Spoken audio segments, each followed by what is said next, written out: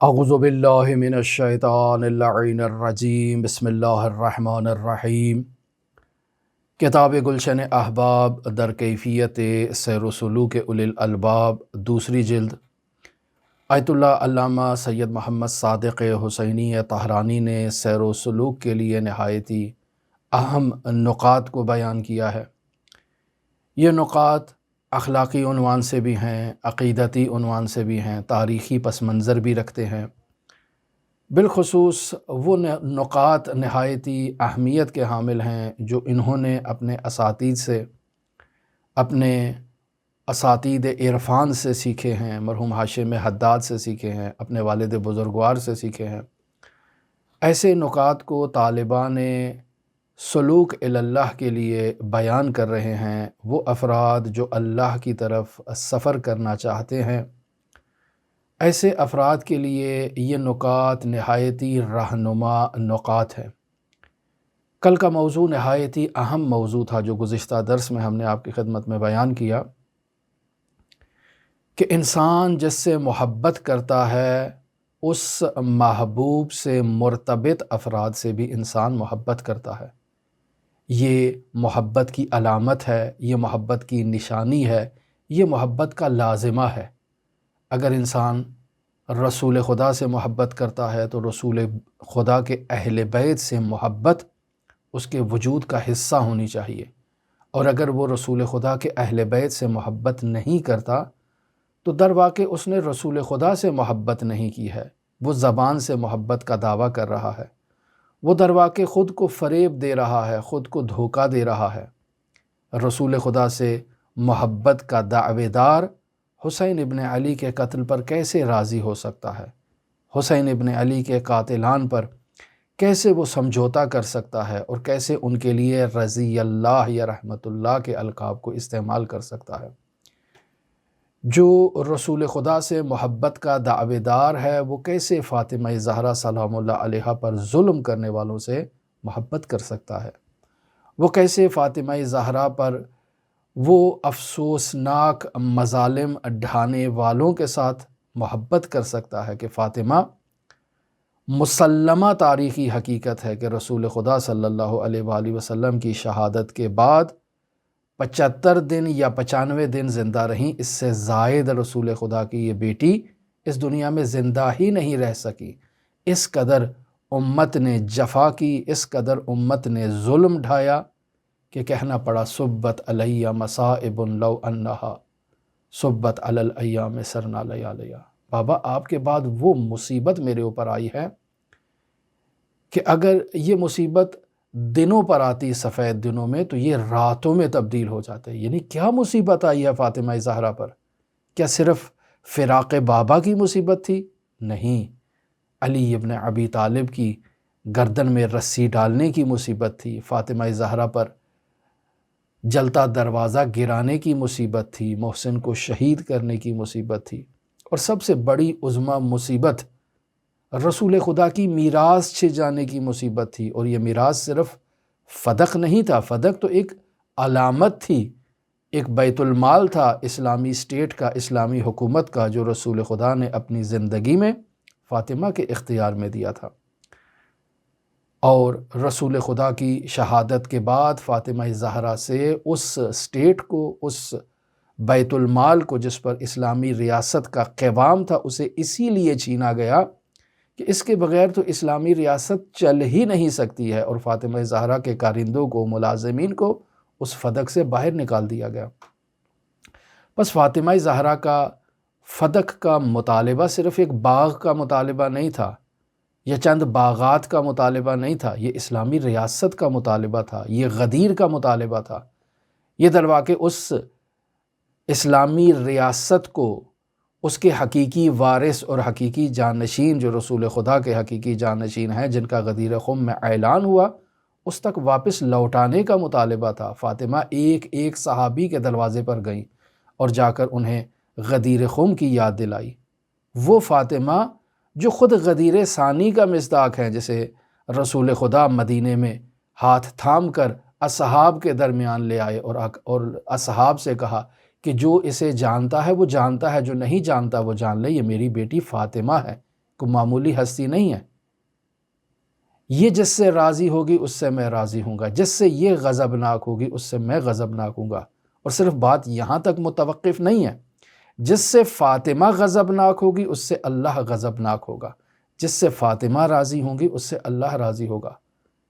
اس سے بڑی اور کیا غدیر ثانی ہو سکتی ہے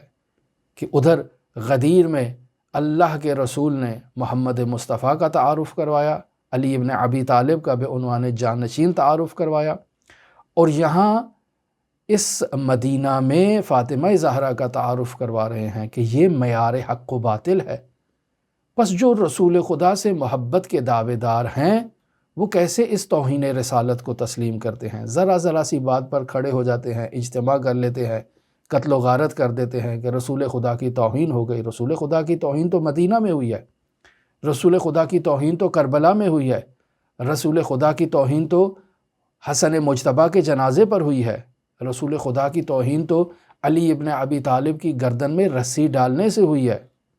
رسول خدا کی توہین تو یہ ہے کہ رسول خدا کا جنازہ زمین پر پڑا ہے اور لوگ سقیفہ میں چلے گئے ہیں اور آئندہ کی حکومت کو تعیین کرنا چاہتے ہیں قبل از اس کے کہ اللہ کا معین کردہ خلیفہ برحق اس خلافت عظمائے الہی کی باغ دوڑ سنبھال لے۔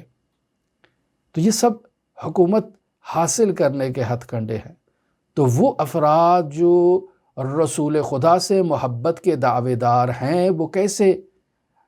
فاطمہ زہرا کے اعداء سے، فاطمہ زہرا کے دشمنوں سے، جن لوگوں سے فاطمہ راضی نہیں ہے، جن لوگوں سے رسول راضی نہیں ہے، جن لوگوں سے اللہ راضی نہیں ہے، ان لوگوں سے محبت کا کیسے دعویٰ کر سکتے ہیں؟ لہٰذا محبت کا یہ تقاضا ہے کہ انسان اپنے محبوب کے مرتبطین سے محبت کرے۔ اس موضوع پر تفصیل سے کل ہم نے گفتگو کی، اور پھر دیکھیں کہ امت کو اجر رسالت ادا کرنا تھا محبت کی صورت میں، لیکن افسوس رسول خدا کے اس دنیا سے مفارقت اختیار کرنے کے بعد اسی اہل بیت کی جن سے محبت کی قرآن نے تاکید کی ہے، اسی اہل بیت کے ساتھ امت نے ان کی حرمت کو پامال کیا۔ بیت اللہ کا حقیقی دروازہ، کہ ہم دیکھتے ہیں نا کہ بیت اللہ میں ایک دروازہ لگا ہوا ہے، ہم سمجھتے ہیں بیت اللہ کا حقیقی دروازہ وہ ہے، نہیں، بیت اللہ کا حقیقی دروازہ بیت امیر المؤمنین علی ابن ابی طالب ہے، وہ دروازہ جس پہ رسول خدا 40 دن تک، 7 مہینے تک، 9 مہینے تک باقاعدہ آ کر دن میں 5 مرتبہ آیت تطہیر کی تلاوت کرتے تھے۔ السلام علیکم یا اہل بیت النبوہ انما یرید اللہ لیذہب عنکم الرجس اہل البیت ویطہرکم تطہیرا۔ یہ حقیقی بیت اللہ کا دروازہ ہے، اس دروازے کو نظر آتش کیا گیا۔ امیر المؤمنین جو مولود کعبہ ہیں ان کا گھر حقیقت میں بیت اللہ ہے، وہ گھر جس میں علی ابن ابی طالب موجود ہو، جس میں فاطمہ زہرا موجود ہو، جس میں حسنین شریفین موجود ہو، وہ حقیقت میں بیت اللہ ہے۔ آپ دیکھیں سورہ نور کی آیت نمبر 36 میں اللہ ہدایت پانے والے لوگوں کے گھروں میں اشارہ کر رہا ہے، فی بیوت اذن اللہ ان ترفع ویذکر فیہا اسمہ، کہ جن گھروں کی تعظیم کا اللہ نے اذن دیا ہے اور ان گھروں میں اللہ کا نام لیا جاتا ہے۔ تو وہاں اصحاب نے کہا کہ یہ گھر کون سے ہیں؟ تو یہ اللہ کے گھر کون سے ہیں؟ تو وہاں باقاعدہ وہ شخص صحابی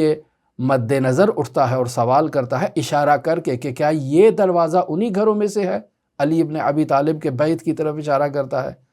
وہ دروازہ جو مسجد میں صرف تنہا دروازہ کھلتا تھا، اس دروازے کی طرف اشارہ کہا کہ کیا یہ اس آیت کا مصداق ہے؟ تو رسول خدا صلی اللہ علیہ وآلہ وسلم نے فرمایا کہ اس آیت کا اتم مصداق یہی دروازہ ہے کہ جس دروازے کی حرمت کو امت نے پامال کیا۔ بس اس آیت کا شان نزول حضرات خمسہ طیبہ آل ابا اس کا حتمی مصداق ہے۔ اور پھر آپ دیکھیں سورہ نور کی آیت نمبر 37، خداوند متعال ارشاد فرما رہا ہے، رجال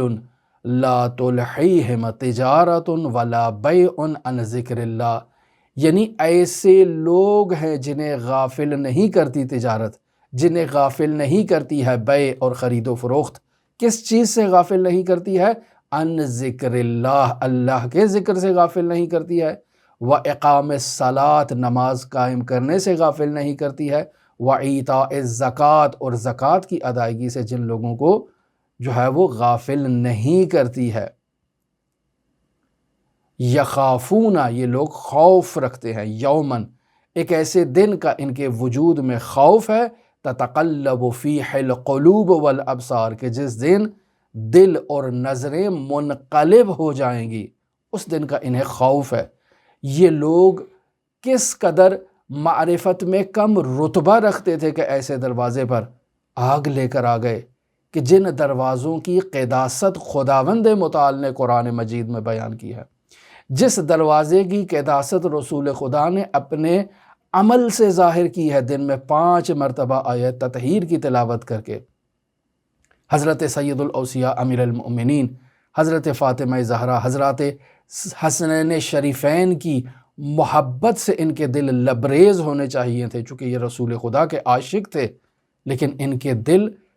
حسنین شریفین فاطمہ زہرا امیر المؤمنین کی محبت سے لبریز نہیں تھے، بلکہ برعکس ان کے وجود میں نہیں معلوم کس چیز کا کینہ تھا، کس چیز کا بغض تھا،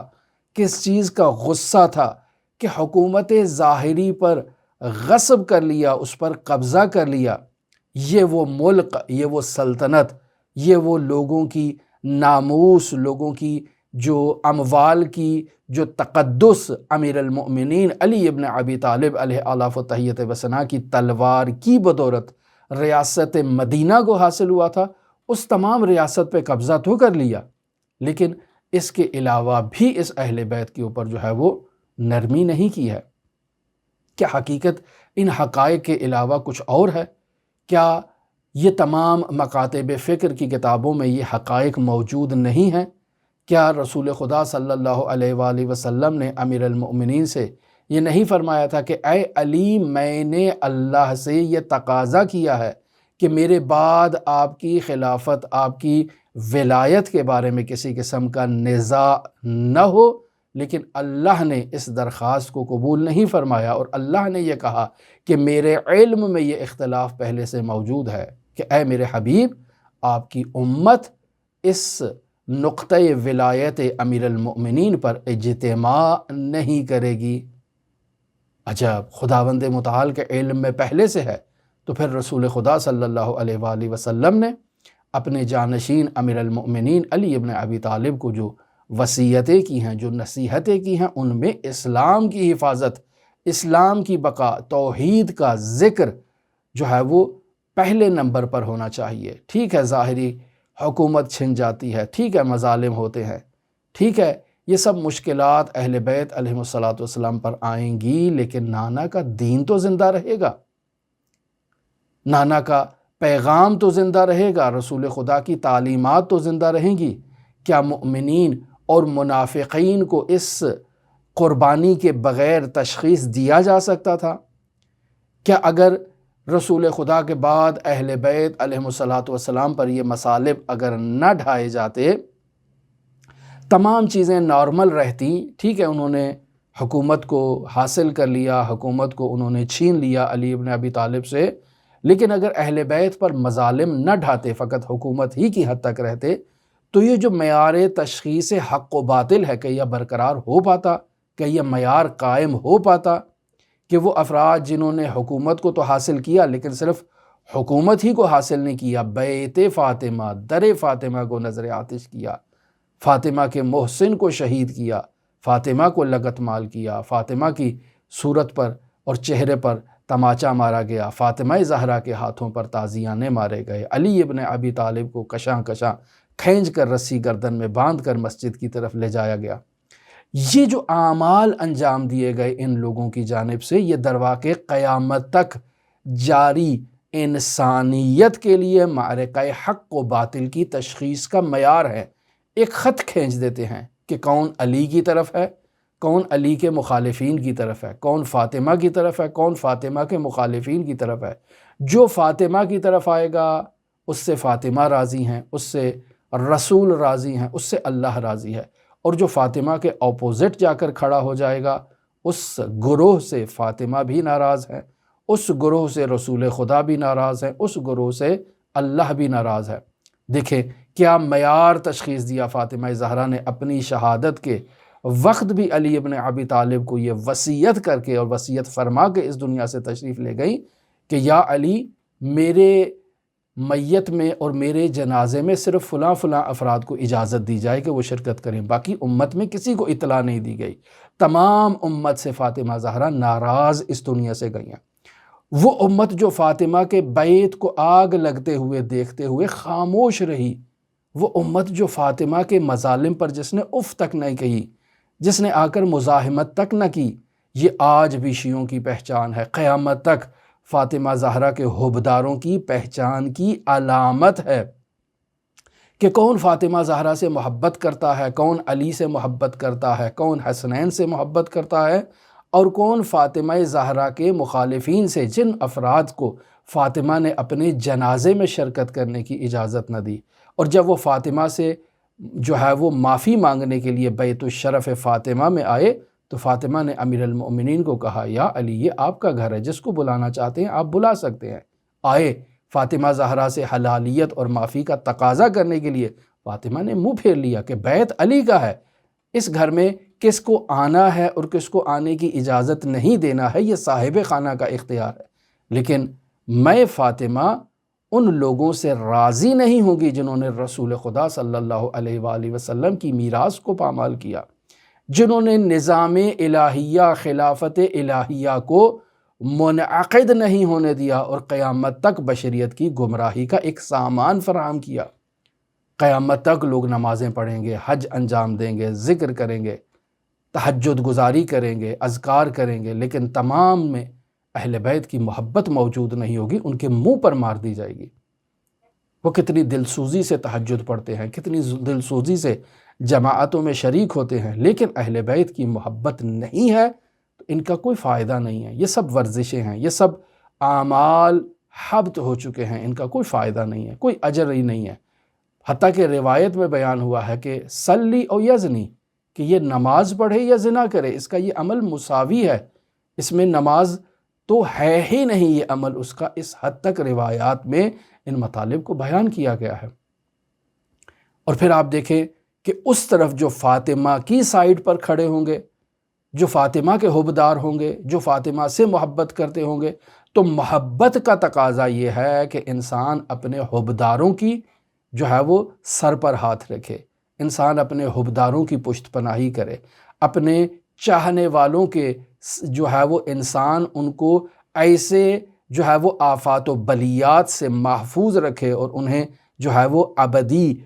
دائمی نجات عطا فرمائے۔ لہٰذا حضرت امام جعفر صادق علیہ السلام فرماتے ہیں لَتَلْتَقِطُ شِيعَتَهَا وَمُحِبِّيهَا كَمَا يَلْتَقِطُ الطَّيْرُ الْحَبَّ الْجَيِّدَ مِنَ الْحَبِّ الرَّدِيِّ، یعنی فاطمہ زہرا قیامت کے دن اپنے شیعوں کو، اپنے محبین کو ان تمام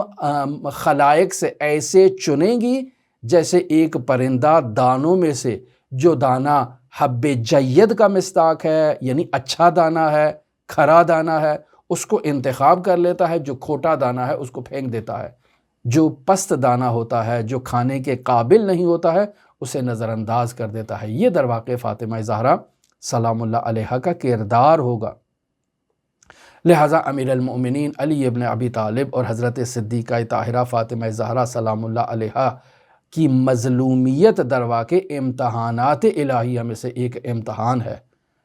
یہ خداوند متعال کی جانب سے ایک امتحان ہے جس پر اگر صبر کیا جائے تو انہیں یہ عظیم مقام اللہ کی جانب سے عطا ہوگا۔ اگر